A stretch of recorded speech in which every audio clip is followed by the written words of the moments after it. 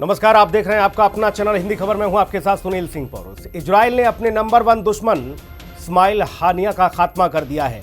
कहा जा रहा है कि इजराइल डिफेंस फोर्सेज ने हानिया को उसके अंजाम तक पहुंचा दिया और इससे हमास और ईरान दोनों को तगड़ा झटका भी लगा है। सवाल तो यह है कि क्या हमास अब खत्म हो जाएगा? ये रिपोर्ट देखिए, फिर रक्षा विशेषज्ञों के जरिए इस पूरे घटनाक्रम को समझने की कोशिश करेंगे।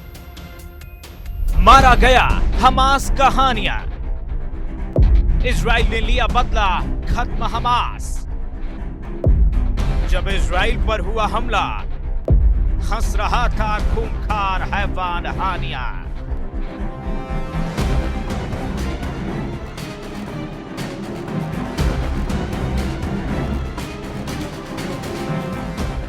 हमास का पॉलिटिकल चीफ इस्माइल हानिया मार दिया गया है। ईरान के Islamic revolutionary guard corps IGRC ने इसकी पुष्टि की है। IRGC ने बुधवार सुबह बताया कि तेहरान में हानिया के घर पर रात 2 बजे निशाना बनाकर स्ट्राइक की गई। इसमें हमास चीफ इस्माइल हानिया और उसके एक बॉडीगार्ड की मौत हो गई। हानिया मंगलवार को ईरान के राष्ट्रपति मसूद पशकियान के शपथ ग्रहण समारोह में भाग लेने के लिए तेहरान में गया था। हमास ने भी हानिया की मौत की पुष्टि कर दी है। हालांकि अब तक इजराइल का इस मामले पर कोई बयान नहीं आया है।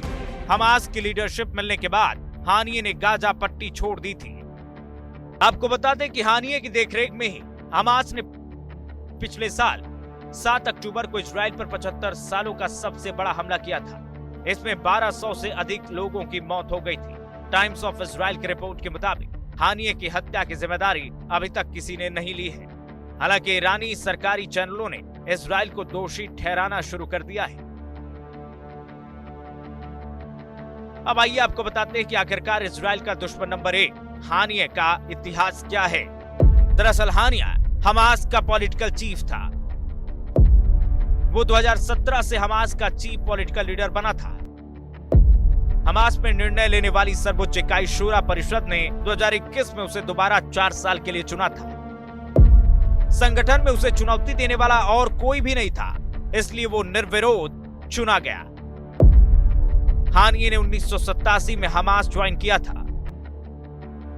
वहीं हमास के प्रवक्ता मूसा मसरूक ने इस्माइल हानिया की मौत पर कहा कि इजराइल की कायराना हरकत है। उसने कहा कि हानिया की मौत का बदला लिया जाएगा, उनकी कुर्बानी बेकार नहीं जाएगी।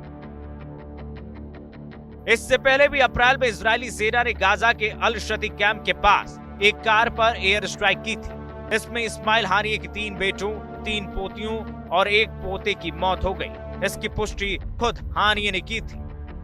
हानिया की मौत की रिपोर्ट्स पर इजराइल अब तक चुप है। वहीं इजरायली हेरिटेज मिनिस्टर आमिचाई एलियाहू ने सोशल मीडिया एक्स पर लिखा है कि दुनिया से गंदगी दूर करने का ये सही तरीका है। इन जैसों से निपटने के लिए पीस और सरेंडर एग्रीमेंट बेकार की बातें। हानिया की मौत दुनिया को अच्छा बनाएगी।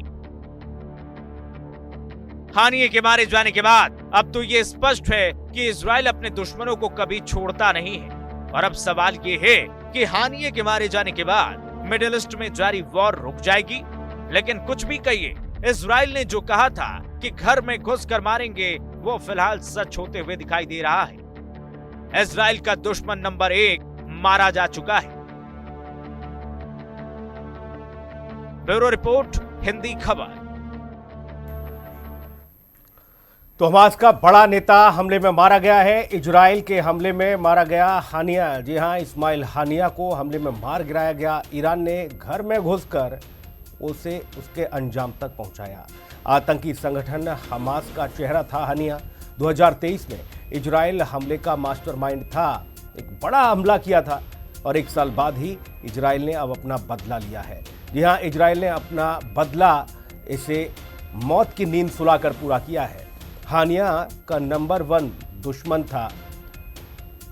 आपको ये बता दें कि हानिया नंबर 1 दुश्मन था इजराइल का और इसी हानिया को इसके अंजाम तक पहुंचा दिया गया। बुधवार सुबह हानिया को इजराइल ने ढेर कर दिया। फिलिस्तीन का प्रमुख नेता इस्माइल हानिया मारा गया। फिलिस्तीन और इजराइल के बीच जंग थम नहीं रही। कभी भी फिलिस्तीन हमला करता है, कभी इजराइल हमला बोलता है, लेकिन अब इजराइल ने बड़ा कदम उठाया और आतंक के इस साए को खत्म कर दिया। 2023 में हमास ने हमला किया और 2024 में इजराइल हानिया की मौत का बदला लेने को बेताब दिखा और आखिरकार बदला ले लिया गया। तो इस्माइल हानिया को मार गिराया गया है। हानिया को आपको बता दें कि अपना दुश्मन नंबर 1 मानता है इजराइल, और बुधवार सुबह हानिया को इजराइल ने ढेर कर दिया। फिलिस्तीन का प्रमुख नेता था इस्माइल हानिया। फिलिस्तीन और इजराइल के बीच जंग फिलहाल थमती नजर नहीं आ रही। अब देखना ही होगा कि इसके मौत के बाद, हानिया के जाने के बाद, इसके दफन होने के बाद आखिरकार क्या कुछ हमास की ओर से कदम उठाए जाते हैं, ईरान की ओर से कदम उठाए जाते हैं, क्योंकि माना जा रहा है कि इजराइल ने तो अपना बदला लिया है, लेकिन इस्माइल की मौत का बदला लेने के लिए हमास भी अब एक बार फिर से हुंकार भरता नजर आएगा। हमास का बड़ा नेता हमले में मारा गया है। इजराइल के हमले में मारा गया है हानिया। इस्माइल हानिया को हमले में मार गिराया गया। इजराइल ने घर में घुसकर इसको मारा है। ईरान में घुसकर इजराइल ने हमला किया। आतंकी संगठन हमास का चेहरा था, एक बड़ा जो संगठन है उसका एक बड़ा नेता, जिसके इशारे पर सब कुछ होता था, और इसी ने इजराइल में घुसकर जो आतंकी हमला किया था उसकी जिम्मेदारी भी ली थी। 2023 में इजराइल हमले का मास्टरमाइंड था हानिया। इजराइल ने हमला पूरा करके बदला ले लिया है। इसे मौत की नींद सुलाकर अपना बदला लिया है। हानिया को अपना दुश्मन नंबर 1 मानता था इजराइल, और आपको ये बता दें कि बुधवार सुबह हानिया को इजराइल ने ढेर कर दिया। फिलिस्तीन का प्रमुख नेता इस्माइल हानिया मारा गया। फिलिस्तीन और इजराइल के बीच जंग थमती नजर नहीं आ रही है, और ऐसे में आप समझने की ये कोशिश करेंगे कि आखिरकार कि वाकई में अब इस जंग पर, इस युद्ध पर विराम लग जाएगा और आगे स्थिति क्या बनती हुई नजर आएगी। और चलिए मेहमानों से आपको रूबरू करा देते हैं। हमारे साथ विंग कमांडर प्रफुल्ल बख्शी जी, रिटायर्ड रक्षा विशेषज्ञ मौजूद हैं। प्रफुल्ल सर, बहुत स्वागत आपका। विंग कमांडर डॉक्टर एएस वहल हमारे साथ मौजूद हैं, रक्षा विशेषज्ञ हैं। वहल सर, आपका भी बहुत स्वागत है। प्रफुल्ल सर, सबसे पहले आपसे समझना चाहूंगा, इस हमले को आप किस तरह से देख रहे हैं और आगे अब क्या स्थिति बनती हुई नजर आएगी? आपका अनुभव क्या कहता है सर? Thank you. मेरी आवाज आ रही है? बिल्कुल सर। ओके। सबसे बड़ी बात है, ये जो आप देख रहे हैं ये ऑनगोइंग प्रोसेस है, कोई नई चीज नहीं है। एक दूसरे पे हमला कई कई सालों से जारी है। हिजबुल्लाह, हुतीज और हमास, और ये अपनी तरफ एक साइड में नॉन स्टेट एक्टर्स हैं। इनको तो सपोर्टिंग कंट्रीज हैं, वो जैसे कि जॉर्डन, कतार, Turkey, Syria, Afghanistan, Pakistan, Saudi Arabia, Iran इनको सपोर्ट कर रहा है, और इन सब के सपोर्ट में चाइना है ऊपर से। तो ये सारा का सारा जो चल रहा है इजराइल के खिलाफ, और इजराइल के साथ में जो हैं यूनाइटेड किंगडम, अमेरिका, फ्रांस, ये सारी कंट्री जो हैं, वो इटली, ये सारी की सारी इजराइल को सपोर्ट कर रही हैं। तो एक किस्म से at the face of it ये तो क्रिश्चियन वर्सेस इस्लाम नजर आता है, जो हजारों साल से चल रहा था। और जब ये इजराइल की लड़ाई शुरू हुई, हमने पहले ही बोल दिया था, this is a religious war. हाँ, रिलीजियस वॉर इसलिए हो रही है कि दोनों साइड जर और जमीन को काबू करना चाहते हैं, अपने इन्फ्लुएंस में करना चाहते हैं, अपने अपने दोस्तों को जो कि रिलीजन के सहारे बने हैं, खासकर इस्लाम में, वो तो बिल्कुल उसका फॉलो करेंगे। तो इस सब का जो फायदा उठा रहा है, वो उनका जो आर्म सप्लायर्स हैं, वो उनका सब फायदा उठा रहे हैं। चाइना और रशिया एक साइड में है, और प्री नेटो कंट्रीज एक साइड में है। हमास के लिए ये जो इस्माइल की मौत है, इसको जो मार गिराया इजराइल ने, ये कितना बड़ा झटका, कितना बड़ा नुकसान हमास के लिए? देखिए, ऐसा है, अगर हम सोच रहे हैं कि हमास को कोई बहुत बड़ा झटका लगा है, नहीं, उनके मानहानि हुई है थोड़ी, और मतलब उनके शान में प्रॉब्लम आई है, उनको कोई झटका नहीं लगा। आप उनके 100 आदमी मार दीजिए और आ जाएंगे। जब रिलीजन के नाम पर यह चीज होती है, इनको कोई किसी की चीज की कमी नहीं होती। ये 1 महीना या 2 महीने का थोड़ा अंतर रहेगा, इनका एक नया लीडर और ऑटोमेटिकली रेडी हो जाएगा, शायद ऑलरेडी रेडी हो गया हो। और इनका आपस में भी संघर्ष चलता रहता है लीडरशिप के लिए। तो इसमें इनको कोई कमी नहीं आएगी। अगर हम सोच रहे हैं कि हमास और हिजबुल्लाह खत्म हो सकते हैं, ये नहीं, ये आइडिया है, ये आइडिया कभी नहीं जाता, ये कब से चलेगा और अगले 100 साल चलेगा, आप देख लेना। लेकिन सर इतना तो है ना, जो कहा गया था इजराइल की ओर से कि बदला लेंगे और घर में घुसकर मारेंगे, वो पार्टी पूरी की है, उससे एक बड़ा संदेश विश्व भर में गया है। इजराइल देख रहा है इसको, और इजराइल चाहता है कि मेरा नाम हो। इजराइल जो कहता है वो करके दिखाता है। बिल्कुल सर। और इजराइल जो लड़ रहा है वो अपनी सर्वाइवल के लिए लड़ रहा है, बिल्कुल तो वो सर। तो करेगा ही। मैं बहल सर के पास जाऊंगा, करेगा ही जी। बहल सर, आप किस तरह से देख रहे हैं और आगे क्या आपको लगता है कि अब ये युद्ध थम जाएगा इस्माइल की मौत के बाद? मैं आपसे 2-3 मिनट लूंगा। पहले तो बहुत बहुत धन्यवाद आपके चैनल पे बुलाने के लिए, इस महत्वपूर्ण टॉपिक को डिस्कस करने के लिए। जी सर। इजराइल हमेशा से सेंटर ऑफ ग्रेविटी टारगेटिंग करता है, और अगर कोई भी हम अनकन्वेंशनल ऑपरेशंस देखें जैसे गुरिल्ला वॉरफेयर, तो सबसे बड़ी सेंटर ऑफ ग्रेविटी है लीडरशिप। अगर लीडरशिप को मारा जाए तो वो मूवमेंट जो है वो कहीं ना कहीं धीरे धीरे खत्म हो जाती है। इसी वजह से आप देखें, चाहे वो फौद को मारा अभी लेबनान में, या चाहे वो अभी मारा हानिये को ईरान के अंदर, तो ये सभी के सभी लीडरशिप टारगेटिंग चल रही है, जो उन्होंने पहले से ही बहुत क्लियरली बताई थी।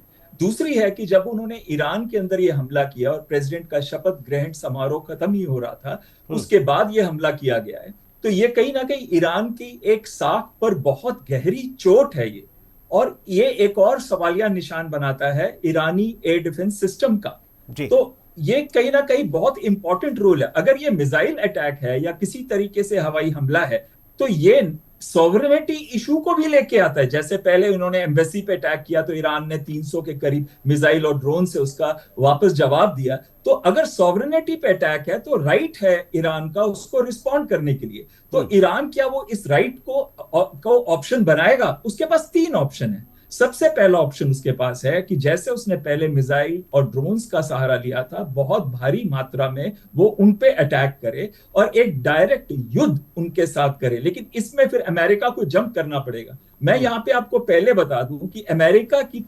परमिशन के बिना इजराइल कभी भी ये स्ट्राइक नहीं करेगा। तो इसका मतलब है ये अमेरिका की नो के अंदर था इजराइल की स्ट्राइक, और अमेरिका ने भी शायद इंटेलिजेंस इनपुट दिए हों। दूसरा ऑप्शन क्या है? दूसरा, और मुझे नहीं लगता कि पहला ऑप्शन वो करेगा इतने बड़े स्केल पे, क्योंकि मिडिल ईस्ट में पूरा वॉर फैलने की, तब युद्ध फैलने के चांसेस बढ़ जाते हैं। दूसरा ऑप्शन क्या है? दूसरा ऑप्शन है अपने पूरे एक्सेस ऑफ रेजिस्टेंस को वो एक्टिवेट करेगा, जिसमें 3 H, हिजबुल्लाह, हुती और हमास, इनके साथ साथ इस्लामिक जिहाद और इस्लामिक मिलिशिया, चाहे वो सीरिया में है चाहे वो इराक में है, उनको एक्टिवेट करेगा। ये तो वो जरूर करे, और इनके हमले बढ़ेंगे, और ये हमले तेल अवीव में भी होंगे। और अब देखिए, खून का बदला खून होगा, यानी कि किसी बड़े लीडर को, चाहे वो गैलेंट हो या कोई डिफेंस मिनिस्टर, अभी का करंट डिफेंस मिनिस्टर हो या कोई मिलिट्री लीडर हो, उसको टारगेट किया जाएगा और उसको अनकन्वेंशनल कोवर्ट ऑपरेशन से टारगेट किया जाएगा। और तीसरा ऑप्शन तो साथ साथ करता ही रहेगा, डिप्लोमेटिक सपोर्ट लेगा। मिडिल ईस्ट की जितनी भी इस्लामिक कंट्रीज है, टर्की ने तो ऑलरेडी सपोर्ट दे दिया। बिल्कुल, ये कहा जा सकता है सर कि इजराइल को अब और ज्यादा सक्रिय होना होगा। कहीं ऐसा ना हो कि हमास की ओर से जो दावे किए जा रहे हैं कि बदला जरूर लिया जाएगा, ये सारी चीज़ों को देखते हुए। लेकिन सर, आपने जिक्र अमेरिका का किया था। अमेरिका तो खुद इस बात के लिए जाना भी जाता है ना सर। अमेरिका खुद भी कहता है कि भाई हम तो अपना बदला लेते हैं और घर में घुसकर खुद मारते हैं। एबटाबाद आपको पता ही है पाकिस्तान का किस तरह से उसामा को निपटाया था। वही सारी स्थिति यहाँ भी देखने को मिली। लेकिन प्रफुल्ल सर, आपसे एक चीज़ समझना चाहूँगा, भारत के टॉप मोस्ट वांटेड दुश्मन पाकिस्तान में आज भी चैन से घूम रहे हैं, सांस ले रहे हैं, खा पी रहे हैं, फल फूल रहे हैं। हमारे अंदर इतनी क्या अभी इच्छा शक्ति नहीं, या हमारे पास वो व्यवस्था नहीं कि हम भी कभी ऐसे जाकर अपने दुश्मनों को निपटा दें? आपने तो हमारे मुंह की बात छीन ली। ये तो हम कब से कहते आ रहे हैं जी कि अभी इनका एग्जाम्पल लीजिए, इजराइल का एग्जाम्पल हम कब से कहते आ रहे हैं कि जरूर लीजिए। पर देखिए, अब ज्यादा मैं इस बात पे इसलिए नहीं कहना चाहूंगा कि सेंसिटिव मामला है जी। देखिए, अपनी अपनी नीतियां होती हैं, अपनी डॉक्ट्रिन्स होती हैं। इजराइल की डॉक्ट्रिन पढ़िए और अपनी डॉक्ट्रिन पढ़िए। रैंड कॉर्पोरेशन ने लिखा था कि 1995 तक तो इंडिया के पास कोई डॉक्ट्रिन ही नहीं थी। 95 में आर्मी, नेवी, एयरफोर्स ने खटाखट डॉक्ट्रिन लिखनी शुरू करी। थके हुए कर्नल, विंग कमांडर और ग्रुप कैप्टन ने डॉक्ट्रिन लिखनी शुरू करी थी 95 में, पार्लियामेंट हिल गई थी। देखिए, ये देश की सोच के पर डिपेंड करता है, आपकी क्या इच्छा शक्ति है उस पर डिपेंड करता है। लड़ाई पहले मेंटली जीती जाती है। इजराइल मेंटली जीतता है लड़ाई। वो अगर इजराइल यहाँ पे होता तो अभी तक कब का खत्म कर दिया होता, पीओके का प्रॉब्लम सॉल्व कर दिया होता उसने।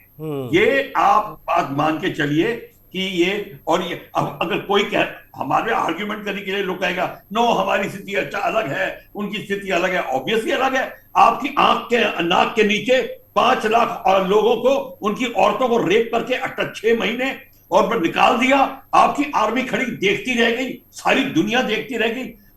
Highest concentration of security forces in one place देखती रह गई। क्या इजराइल में होता है ऐसा? देखिए, तो इसलिए लेट अस नॉट इजराइल का तो सर एक सैनिक अगर कोई उठा ले जाए तो पूरे बेस कैंप को उड़ाने की हिम्मत कर देते हैं जी। एग्जैक्टली। तो ये आप मत सोचिए कि हाँ भाई हमारी अलग शक्तियां हैं, हमारी सिग्निफिकेंसेस अलग है। हम जो डेमोक्रेटिक जिस तरीके से हम चला रहे हैं वो प्रॉब्ली हमारे को इस समय सूट कर रही है, पर मैं आप जैसे एंकर्स की दाद देता हूं कि वो इस पॉइंट को लेके आए ताकि लोग इससे जागरूक हो। नहीं तो जागरूक ही नहीं हो रहे। ये बात कोई कश्मीरी पंडित का तो कोई डिस्कस ही नहीं करना चाहता, बिल्कुल कोई बात ही नहीं करना चाहता। क्यों नहीं करना चाहते? क्योंकि इसमें आपकी पोल खुलती है। इजराइल में कोई ऐसी हिडन एजेंडा नहीं है। जो आदमी सोचता है देश के लिए वो करता है। हमारे यहाँ पे थोड़ा आई एम सॉरी कोई सोच और फर्क है। पॉलिटिशियन कहते कुछ है, करते कुछ है। ये थोड़ा सा बड़ा, लेकिन सबसे बड़ी बात तो वही है ना सर, प्रफुल्ल सर, कि हमारे यहाँ तो राजनेता भी इस तरह के विषयों पर बटे हुए अलग अलग नजर आते हैं। जब कोई अभी इजराइल से कोई पूछेगा कि तुमने अटैक किया, उसको कोई चैलेंज करेगा? यहाँ पे तो आके दरवाजे पे खड़े होकर कहेंगे कि प्रूफ लाओ। तो ये फर्क चीज है। यहाँ पे हमें सारा का सारा थिंकिंग चेंज करनी पड़ेगी। एजुकेशन पॉलिसी बच्चे की चेंज करनी पड़ेगी। How they come up and start thinking about the country, ये चेंज करना पड़ेगा, फिर आपकी बात बनेगी। बिल्कुल। बहल सर, आपसे ये समझना चाहूंगा, हम सर्जिकल स्ट्राइक कर सकते हैं, हम बाकी तमाम युद्ध पाकिस्तान से लड़कर जीत सकते हैं, हम कारगिल पर तिरंगा फहरा सकते हैं, हम आज धारा 370 को खत्म करके पीओके में शांति और अमन की तमाम सारी चीजें हम कवायद कर रहे हैं। तो क्या मसूद अजहर जैसे और ये तमाम जो आतंकी घूम रहे हैं भारत के, जिनको दुनिया ने मोस्ट वांटेड माना है, पाकिस्तान उनको पनाह दिए हुए है, इनके खात्मे के लिए क्या भारत के पास, मैं वही सवाल जो प्रफुल्ल सर से किया था, इच्छा शक्ति वाला मसला ही है या फिर न्यूक्लियर वाला फंडा भी है कि भाई उनके पास तो न्यूक्लियर अटैक कर देंगे वो लोग, ऐसा भी है क्या कुछ? देखिए, न्यूक्लियर ओवरहैंग तो होता है जब कन्वेंशनल वॉर एक स्टेज के बियॉन्ड चला जाता है। तो वो स्थिति तो अभी है ही नहीं और ना ही होगी अगर हम कोई भी कोवर्ट ऑपरेशन करेंगे, जो आप पूछ रहे हैं, घर में घुसकर मारना। तो ये नीति कुछ सालों पहले से बदल चुकी है। हम घर में घुस के मार रहे हैं। आपने सर्जिकल स्ट्राइक्स भी देखी है, आपने हमारा संदेश भी देखा है बहुत क्लियरली कि अगर पाकिस्तान एक लाइन क्रॉस करेगा, जैसे पुलवामा में उन्होंने किया था, तो हमने उसका जवाब बहुत सीरियसली दिया था। और अगर ये लाइन दोबारा क्रॉस होगी तो उसका जवाब भी बहुत सीरियसली दिया जाएगा। लेकिन साथ में मैं ये कहूं तो मैं आपसे एक प्रश्न पूछता हूं। आपने कुछ दिनों से, कुछ महीनों से कई पाकिस्तान के अंदर आतंकवादियों को मरते हुए देखा है। उनके ऊपर अटैक हुए, उन्हें मारा गया है और किसी को नहीं पता कि किसने मारा है। तो कहीं ना कहीं किसी ना किसी तरीके के कोवर्ट ऑपरेशंस चल रहे हैं। कौन कर रहा है ये मैं नहीं कह सकता। और दूसरी बात आती है, बहुत ही अहम आती है, कि मसूद अजहर को क्यों नहीं मारा गया? वो इसलिए नहीं मारा गया क्योंकि वहां वो एक जेल की तरह रहते हैं। उनकी प्रोटेक्शन के लिए उनकी पूरी आर्मी और आईएसआई है और वो उनको बचाती रहती है और वो कहीं एक जगह नहीं रहते, वो हमेशा एक जगह से दूसरी जगह घूमते रहते हैं। तो ये नहीं है, मैं वही तो समझने की कोशिश कर रहा हूं ना बहल सर। कहते हैं कि भाई गेहूं के साथ तो घुन भी पिसता है। अब ऐसे लोगों को जब टारगेट किया जाएगा तो जो भी उसकी जेल कमांडर है या कमांडो जो लगे हैं उसके, वो तो जाएंगे ही जाएंगे, वो तो निपटेंगे ही। हम क्यों इस बात को संकोच करें कि भाई और भी लोगों की जान चली जाएगी? हमें तो अपने टारगेट को फिक्स करना है ना सर। देखिए, भारत एक शांतिप्रिय देश है। हम भी वो लाइन नहीं क्रॉस करना चाहते जिससे हम किसी देश की सॉवरेनिटी को हमला करें हम भी नहीं चाहते कि पूरे विश्व में हमारा नाम बदनाम हो। हम चाहते हैं कि अपने विश्व के जो शांति के दायरे के अंदर रहते हुए वो ऑपरेशंस करें जिनसे हमारे देश सर की थोड़ा सा सांस इसको पे और कोई भी डिफेंड चोट कर ना दीजिए आए। सर एक सेकंड इसको और डिफेंड में प्रफुल्ल सर फिर आपके पास आऊंगा। अभी बहल सर ने कहा कि हम दुनिया में बदनामी नहीं चाहते। सर कैसे बदनामी और क्यों होगी बदनामी? पाकिस्तान जब आकर एबटाबाद में मार सकता है, इजराइल जाकर इस्माइल को खत्म कर सकता है, कौन किसकी बदनामी करेगा सर? और विश्व में तो कहते हैं कि भारत का डंका बज रहा है, तो कैसे डंका बज रहा है सर फिर? नहीं, मैं आपको बता दूं, जो विंग कमांडर बहल कह रहे हैं काफी हद तक उसमें बड़ा दम है। वो ये कह रहे हैं कि हमने जो पिछले कुछ 4-5 साल में जो अभियान स्टार्ट किए हैं वो वाकई में सराहनीय है। मैं बात हूँ चाइना बॉर्डर पे जो हमने 7 हाइट्स ली, कारगिल, और वो जो कैलाश हाइट्स ली, वो सारा वो मायने रखता है। पिछली रिजीम ने नहीं किया। ये सब चेंज है, बड़ा चेंज आ रहा है। पर इसमें आपको ये बता दें, जब मैं ये कहने की कोशिश कर रहा था कि हमारे यहाँ ऑपोजिशन इतनी ज्यादा है कि वो they don't see eye to eye. Israel में ऐसी कोई ऑपोजिशन नहीं है जो कहेगा कि हमारे पे हमला क्यों कर रहे हो, वह उनसे मिलने चला जाए, उनके साथ में साठगांठ करना शुरू कर रहे। ये नहीं है। तो हमारी स्थिति अलग है, इसीलिए हम अपनी टास्क हमारे लिए ज्यादा है। जो इजराइल के लिए फिजिकली अपील था वो वो जो है, पर मॉरली हमारे लिए बहुत ज्यादा है। और सेकेंडली ये जो बहल साहब कह रहे हैं, हाँ, अगर हम किसी की सॉवरेनिटी के ऊपर अटैक करते हैं, हम सॉवरेनिटी पे अटैक नहीं करेंगे। पर ये मैं विंग कमांडर बहल को एश्योरेंस दे सकता हूं कि भारत अगर पीओके पे अटैक करता है, that is not attacking the sovereignty. हम जो कहते हैं कि उसमें 8 या 9 या 15 जो उनके बेसिस हैं, आप उस पर अटैक करके उसको ऑक्यूपाई करिए, but don't touch their capital, don't touch their country cities, don't touch anything. वो अलग चीज है। और फिर दूसरी बात है स्लीपर सेल्स, जिसका आप डिस्कस कर नहीं रहे हैं जी। We are infested by sleeper cells. अब हमने बोलना शुरू किया है, हमारी टेलीविजन ने, अब आप जैसे लोगों ने उनकी अलमारियों के नीचे गुफाएं वगैरह दिखानी शुरू करी हैं। अभी तक तो कोई बिलीव ही नहीं करता था। ये जितने कश्मीरी पंडित हैं जितने निकाले गए हैं, इनके घर में कौन रह रहा है? They are all sleeper cells जो सब सपोर्ट कर रहे हैं। इतना बड़ा सपोर्ट इजराइल में कोई किसी के दुश्मन को नहीं देता। इतनी बड़ी कोई थी। See that is what is different thing. तो आप जो तैर रहे हो नदी में, एक पत्थर से पे रख के तैर रहे हो। तो सर क्या ये माना जाए कि हम दुनिया से तो लड़ सकते हैं, पाकिस्तान जैसे देश को भी हम अपने से नहीं लड़ सकते, बिल्कुल उनसे भी लड़ सकते हैं, लेकिन हमारे घर में जो गद्दार छुपे हैं, जो हमारे खुद के दुश्मन छुपे हैं, उनका क्या करें सर?